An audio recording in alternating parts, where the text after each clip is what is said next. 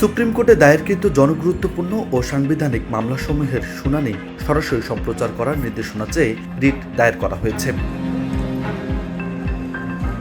সোমবার সুপ্রিম কোর্টের আইনজীবী সাদ্দাম হোসেন, আবদুল্লাহ সাদিক, মিজানুল হক, ঢাকা কোর্টের আইনজীবী জায়েদ বিন আমজাদ, শিক্ষানবিশ আইনজীবী মাহমুদুল হাসান, সাব্বির আহমেদ এবং 4 জন আইনের ছাত্র সহ মোট 10 জন এ রিট দায়ের করেন।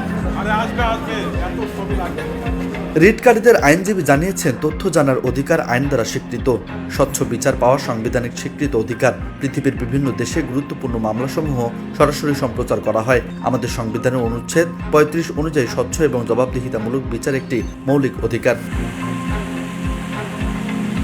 রিটে সুপ্রিম কোর্টের গুরুত্বপূর্ণ মামলাসমূহের শুনানি কেন সরাসরি সম্প্রচার করা হবে না, এই মর্মে রুল চাওয়া হয়েছে।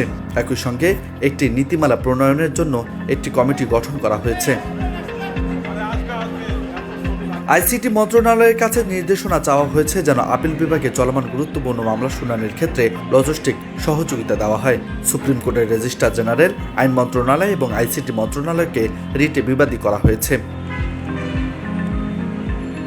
বিচারপতি ফারা মাহবুব ও বিচারপতি দেবাশিস রায় চৌধুরীর হাইকোর্ট বেঞ্চে রিট আবেদনটির উপর শুনানি হতে পারে। নিউজ ডেস্ক, বার্তা 24।